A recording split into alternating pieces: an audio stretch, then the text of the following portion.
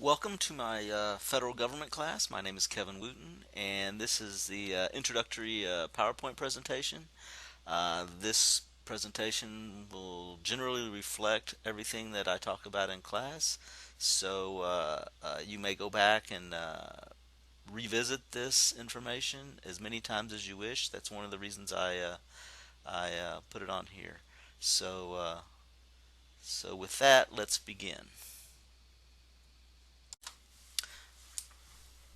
Let's start out with some definitions. That kind of helps us have some firm footing in what we're talking about in this class.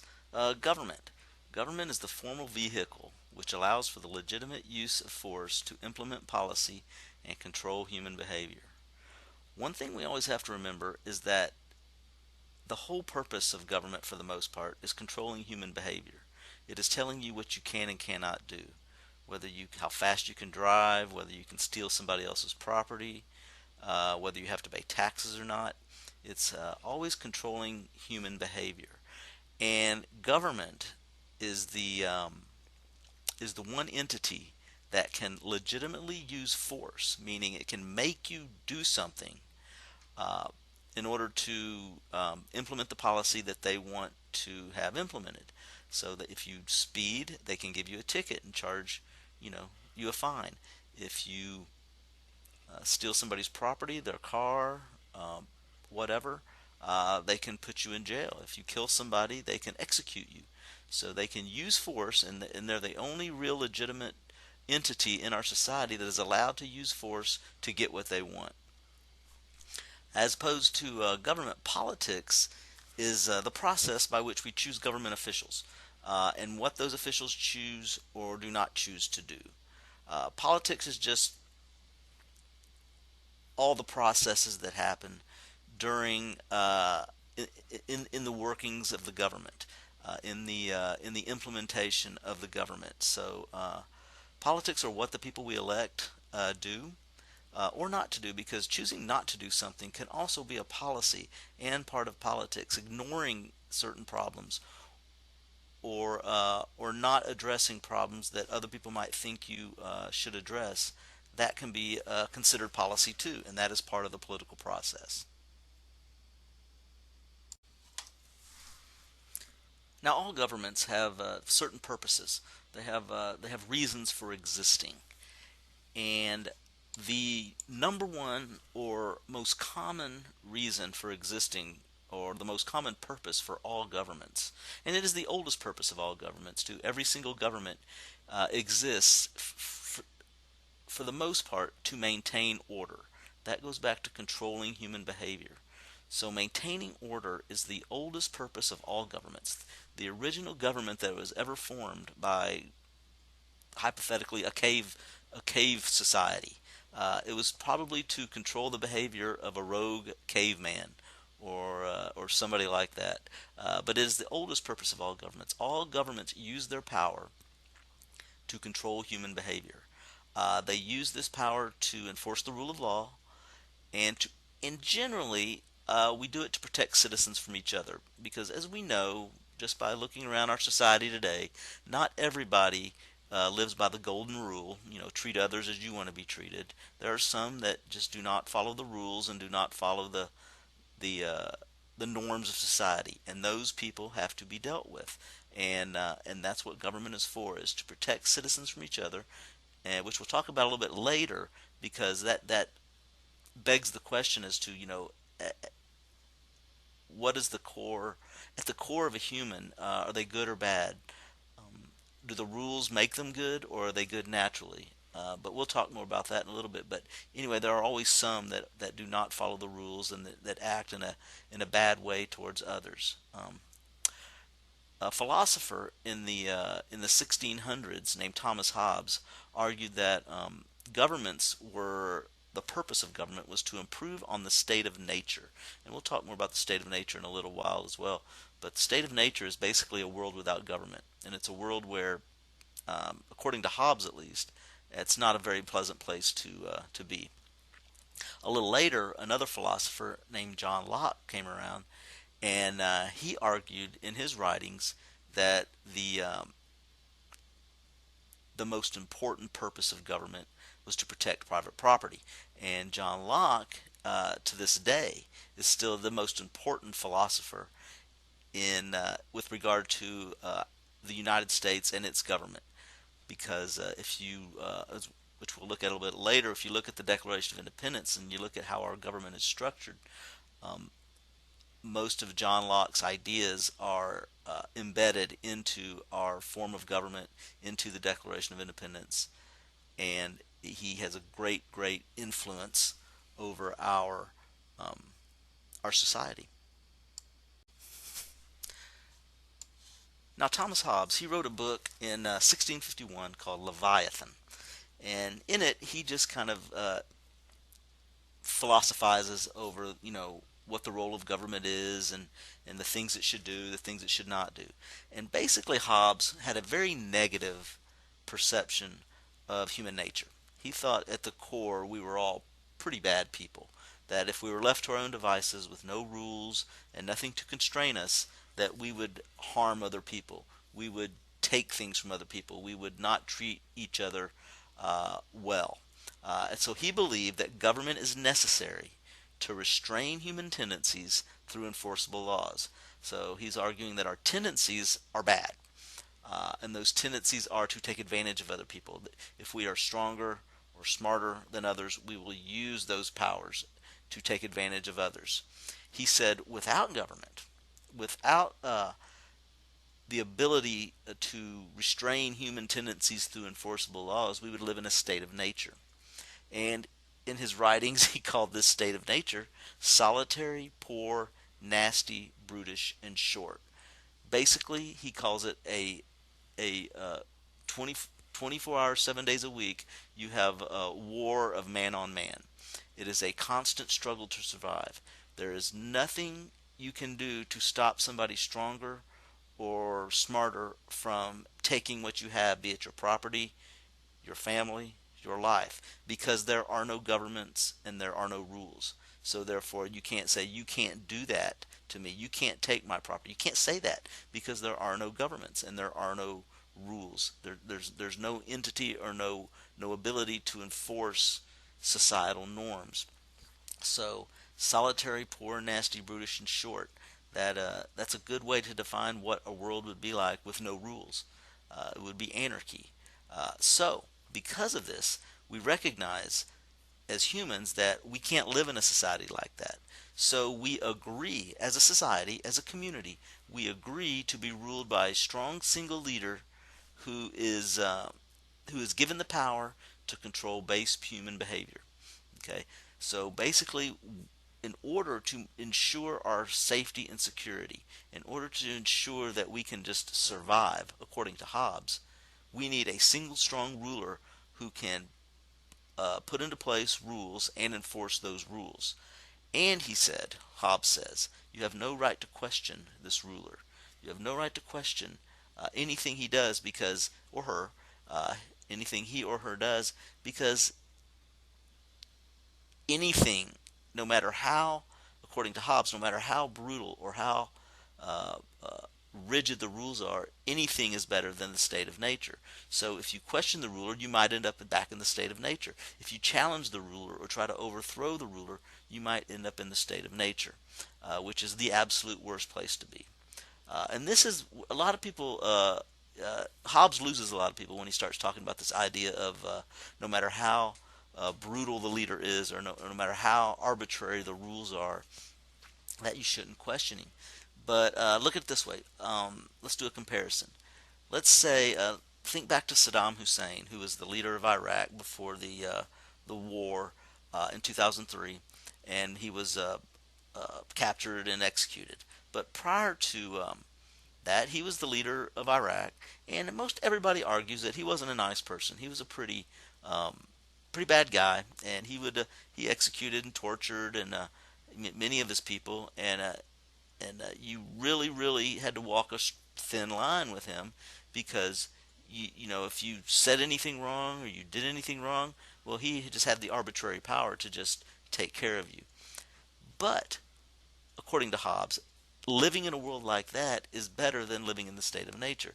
Living under a brutal dictator like Saddam Hussein is better than the state of nature, because at least you know, under Saddam Hussein, at least you know the rules.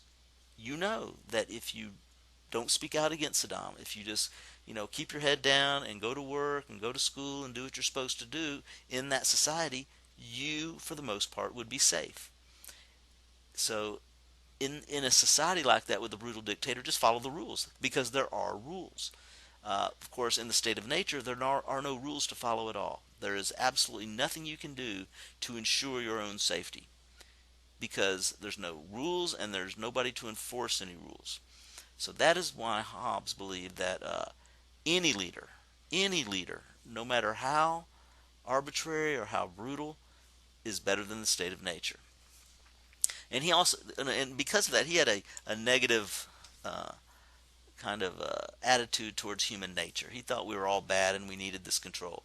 John Locke, on the other hand, who wrote a work called The Second Treatise on Civil Government in 1689, had a little more optimistic view of human behavior. He understood the need for laws. He understood that we needed governments to control human behavior. But he also argued that there were certain natural rights that we're all born with. He called them God-given rights. There's natural rights that we're all born with that no leader had the right to deny us. Okay, so it doesn't matter how or where you're born, no leader can take away, even you know, even if, no matter how powerful, how strong, or if they think they're doing it for your own good, had the power to take from you without your consent. And those natural rights, according to John Locke, are life, liberty, and property. Life, liberty, and property. He argued that government should protect life, liberty, and property. That's its role. If you can protect people's life, liberty, and property, well, you're protecting people. And that should be the extent of what government should do. He also argued that, unlike Hobbes, that you had the right to replace the government if it failed to properly protect your life, liberty, and property, if it went too far, if it infringed on your freedoms, if it infringed on your property. So Locke argued that you had the right to replace the government through revolution or through democratic process, such as elections. Uh, and the Declaration of Independence, as I mentioned just a little bit earlier, is just it's just uh, all through the Declaration of Independence are John Locke's ideas on government. All through the Declaration of Independence, his philosophies on the role of government. Of course, the Declaration is written by Thomas Jefferson, but he uses Locke's ideas, which were the common ideas of the time, of the late 1600s, 1700s, and even up into the 1800s. But John Locke, as I said, the most important philosopher in American history. Now that we've talked about the oldest purpose of all governments, let's take a look at some of the specific purposes listed in the preamble to the U.S. Constitution. These things are these items are listed and by the founders because they felt that they were very important for the role as part of the role of the U.S. new U.S. government. So the purposes stated in the U.S. Constitution include established justice. That basically just means ensure that our governmental and judicial systems are fair to everybody. Of course, we all know that that is not necessarily the case. That our political system, our economic system, and our judicial system, they have their biases and they have their problems. But the one thing that we must always remember is that it's continuing. Historically, we've continued to become uh, a more just society, an a fairer society. We've evolved over time and become much more, gotten much more closer to the principle of establishing justice. Uh, as we brought more people into the fold of the political system.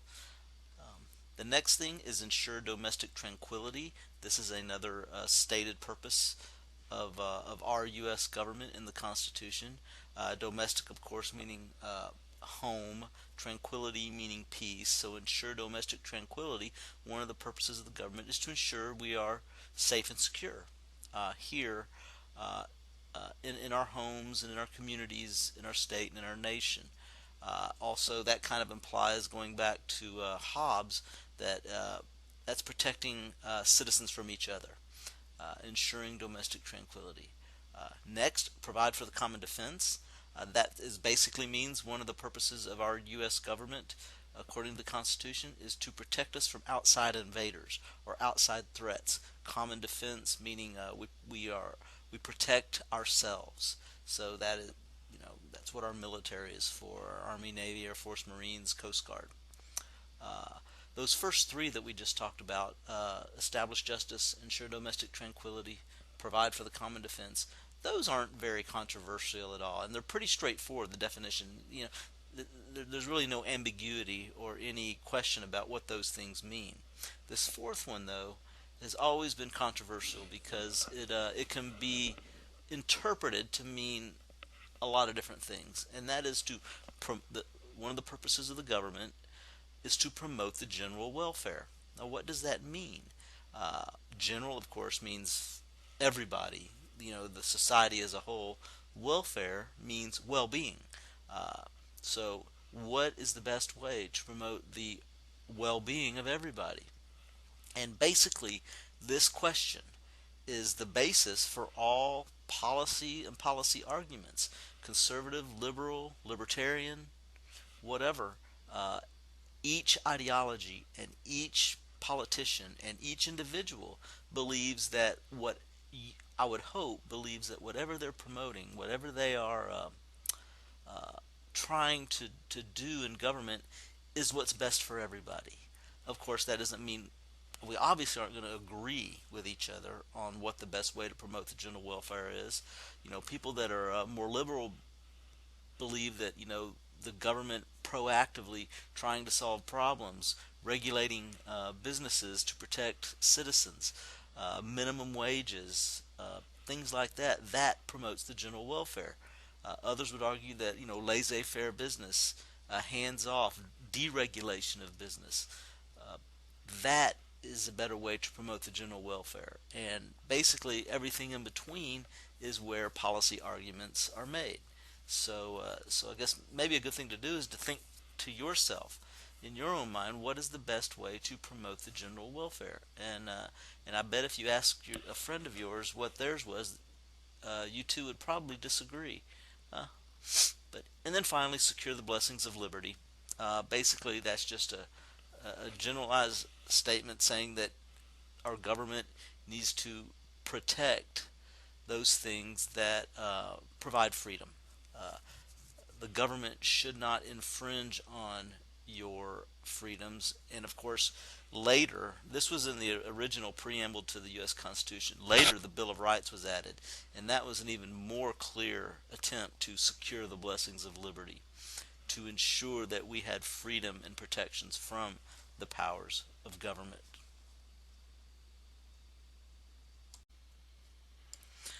Now, when it comes down to the basics of it, all governments have to make decisions that affect the people who they govern.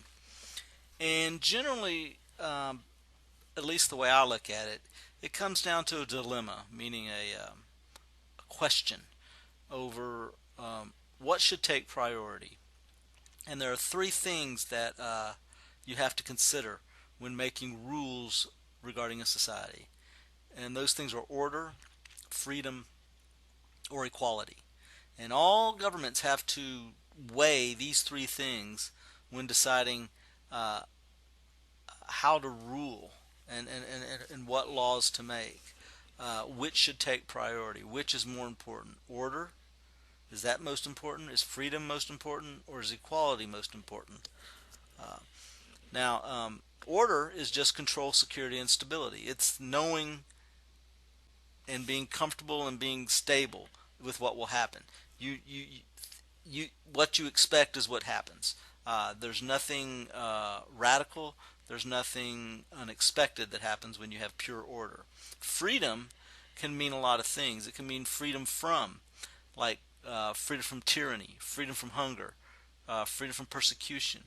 And of course, it can mean freedom to, such as freedom to speak freely, freedom to practice your own religion, freedom to carry a gun, freedom to wear what clothes you want to, marry who you want to, whatever. Uh, and then there's equality. There's political and social equality. Political equality is basically just that, the right to vote, uh, what your status is politically. Do you have as much political influence as the next person? That's political equality. Social equality is a little more controversial. It's the idea that we should all be, no matter our who we are, we should all be equal, regardless of pure social equality, regardless of status or anything. But basically, over time, social equality has come to, in America at least, to mean this idea of we're all equal regardless of race or religion. Um, now, there's also equality of opportunity, which argues that everybody in America should have the same opportunity to take advantage of their own motivations, their own skills, their own ingenuity to make the most of their lives. That you shouldn't have arbitrary blockades to your success because of you're poor or you're a certain religion or you're a certain race. So that everybody has an equal opportunity to get ahead. That's the idea of equal opportunity. More controversial is equality of outcomes, meaning that you may not be as good at something as somebody else, or you may not be as creative or as motivated as somebody else, yet you still have equal economic or social status. Um, and that's a little more controversial. And we'll talk more about that, especially when we talk about our chapters on civil liberties and civil rights and things like that. Let's talk about order versus freedom. First of all, in its simplest form, order equals government power, the ability to control human behavior. That creates order. Freedom is citizen power, the ability of citizens, individuals, to do whatever they want to in a society. And the two conflict with each other because any new law that creates more order takes away freedom. Um, if there's a new law that says, well, we need to lower the speed limit in this area because there's been a few wrecks, well, that takes away my freedom to drive as fast as I want. And if you think about just about any law that is made, it it creates more order, but takes away freedom. Tax laws, the federal income tax. When the government says, okay, we're going to tax you this much money, they're taking away, that's order because that tells us what to do and it creates money for the government, but also it takes away my freedom to spend my money the way I want to. But of course, in a society, you have to pay taxes because you have to fund the government. But the question becomes, how much of my money are you going to take? Which means how much of my freedom to spend my own money are you going to take? And what are you going to use it for? So order versus freedom is basically balancing the need for control and stability, which we all want. I think we've recognized that. We all like stability and we all like control. But we also have a human desire for freedom and choice of action. And these two things conflict. We all love freedom of speech, but we oftentimes hear people say things either face to face or on television or in the media that we disagree with. Maybe we find it offensive. We don't like how people dress.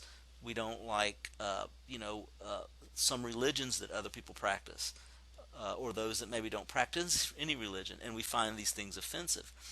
But we, if we are going to be a society of free people, we have to accept their freedom to act and say and pray like they want to, because that protects our freedom to act and speak and to pray like we want to. So you can't have freedom just for yourself. If you have freedom for you personally to practice your religion, but nobody else can be free to practice their religion, that's not freedom of religion. In generally, especially in nations like in the Middle East, some of the theocratic, more radical nations, you're only allowed to practice one religion, And that's not freedom of religion. Just because it's the majority religion, that's not freedom of religion. That's absolute order. You are told what religion to practice. You are told that you can only go, only these churches can exist, or you don't have the freedom. So what freedoms to do things naturally brings conflict into it, because there's always going to be people out there who do things that we disagree with. But we have to accept their right to freedom to do what they want to do, say what they want to say, in order to protect our own freedoms. Uh, but which should take priority? It's a it's a question for each individual citizen, and that's what that once again that plays out in the in politics.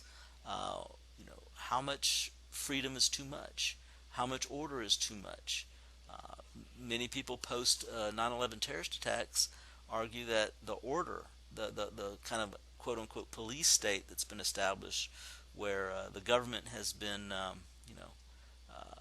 secretly searching emails and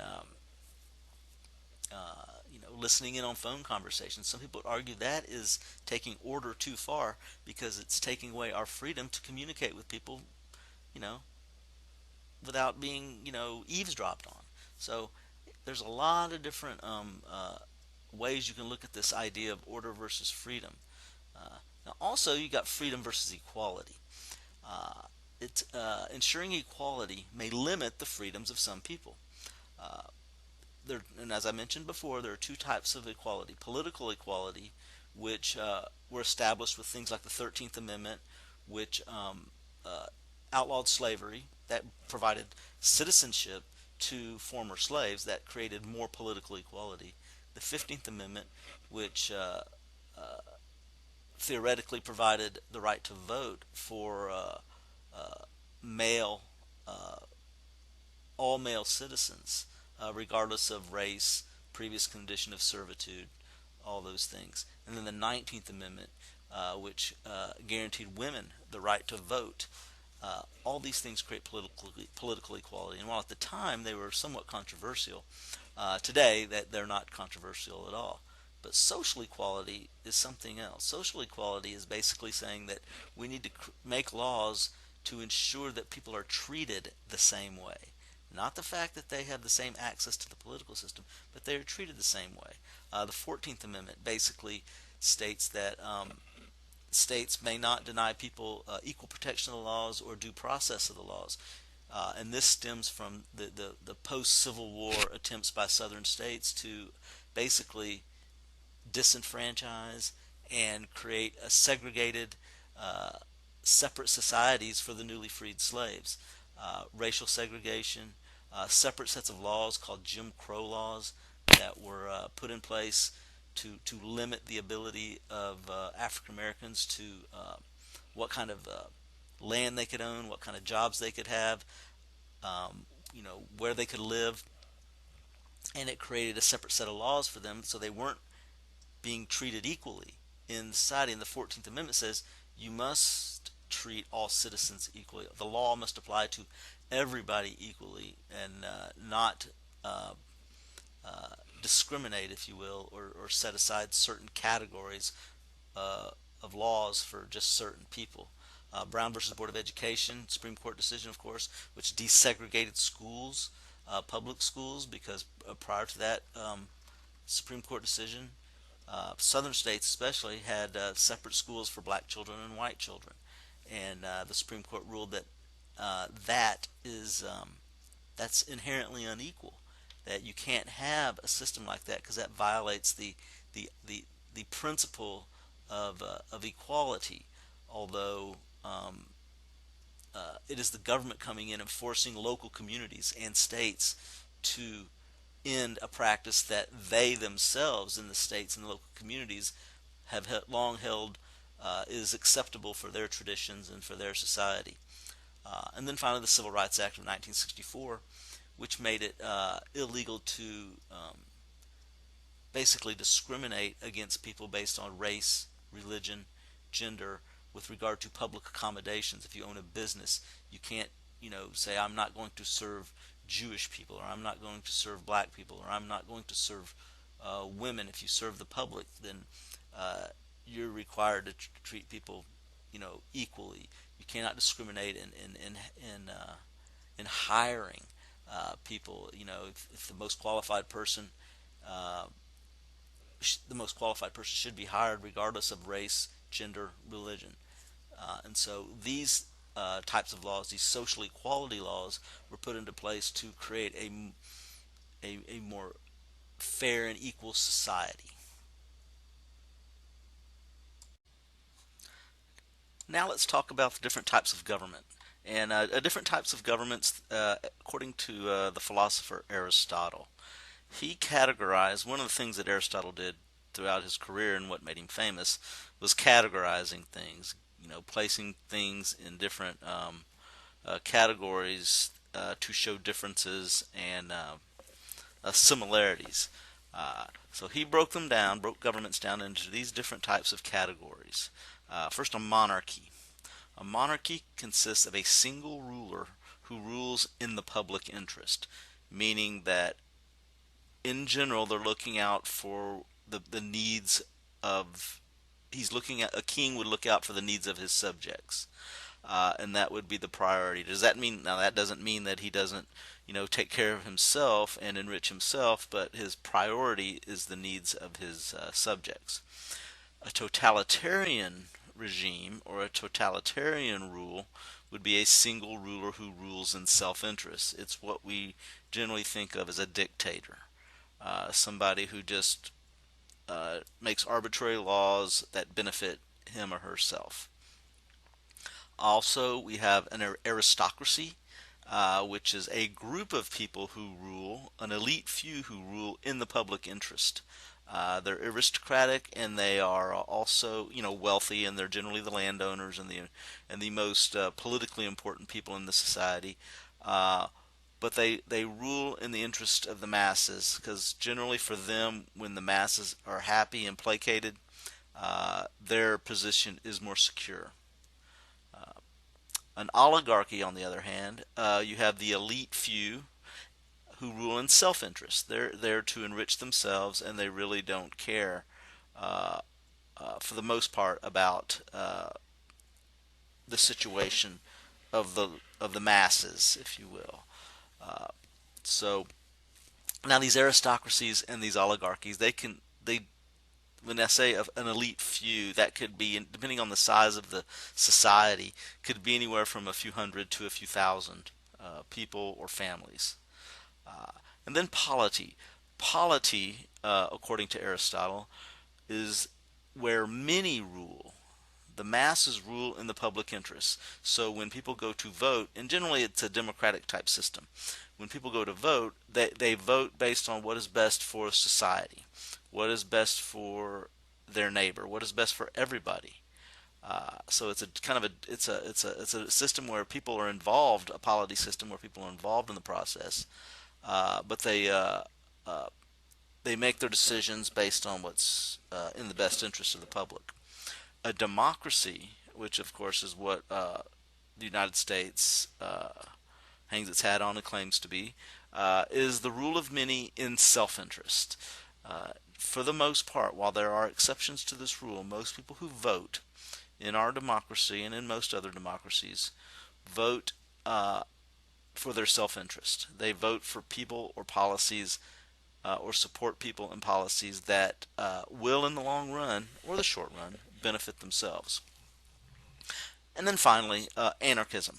Anarchism or anarchy is no government. And if we can refer back to Thomas Hobbes, we remember that the way he explained it, and I tend to agree with him, that a world with no government is not a place we would want to be.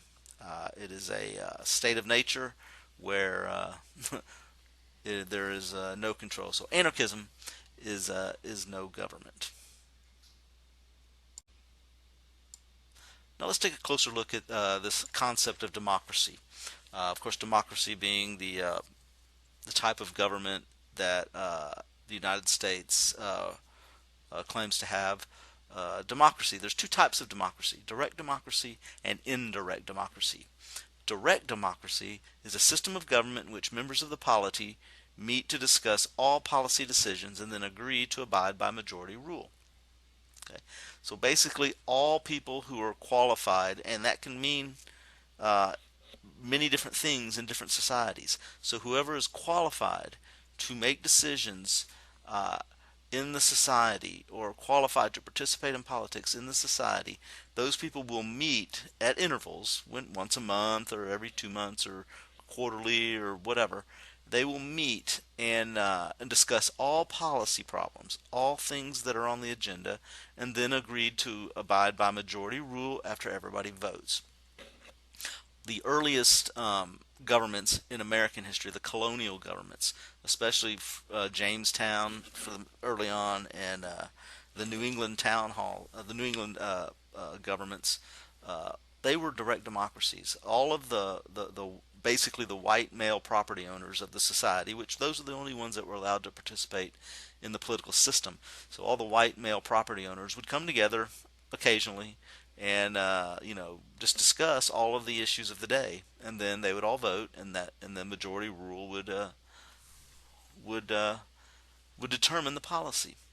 So direct democracy. But as the societies grew and more people entered the society, and they became extended, and they people started living farther away from each other, that became really unworkable, where everybody had to drive long, or not drive, but ride their horses long distance to participate in this in the town hall meetings or whatever. So that became unworkable as the population grew, and the communities became to develop farther apart. And so we evolved into a system of indirect democracy or representative democracy, and it's the kind of system we have now, and it's the system that is uh, called for in our U.S. Constitution. It's a system of government that gives citizens the opportunity to vote for representatives who will make decisions on their behalf. So we as citizens don't vote on every issue. We as citizens don't determine policy. What we do is we elect people to make those decisions for us. So to as far as decisions made that regarding our local community, our city, well, we elect members of the city council and the mayor, and they make those decisions on our behalf. They represent us. The county commissioners court makes decisions regarding county business on our behalf. We elect them, and they make those decisions. And of course, state representatives that we elect, they make decisions regarding state law. And then of course, nationally, we elect members of the House of Representatives and the U.S. Senate to make national law. So they represent us. We are not actively uh, making policy as citizens. We elect people to do that for us, and we can hold them accountable, and that's the whole purpose of elections. We use elections to hold them accountable. If they begin making policy that uh, does not reflect in general the needs and the wants of the people they represent, then we can elect somebody else. But indirect democracy is the type of democracy we have today, also called representative democracy. It's just a small chart showing the different categories by Aristotle, kind of in a more kind of in a graph form. Uh, Rule by one in the public interest is a monarchy. In the self-interest, it's tyranny. Rule by the few in the public interest, it's aristocracy. In the self-interest, it's oligarchy. And the rule by the many, if it's in the public interest, polity, self-interest, democracy.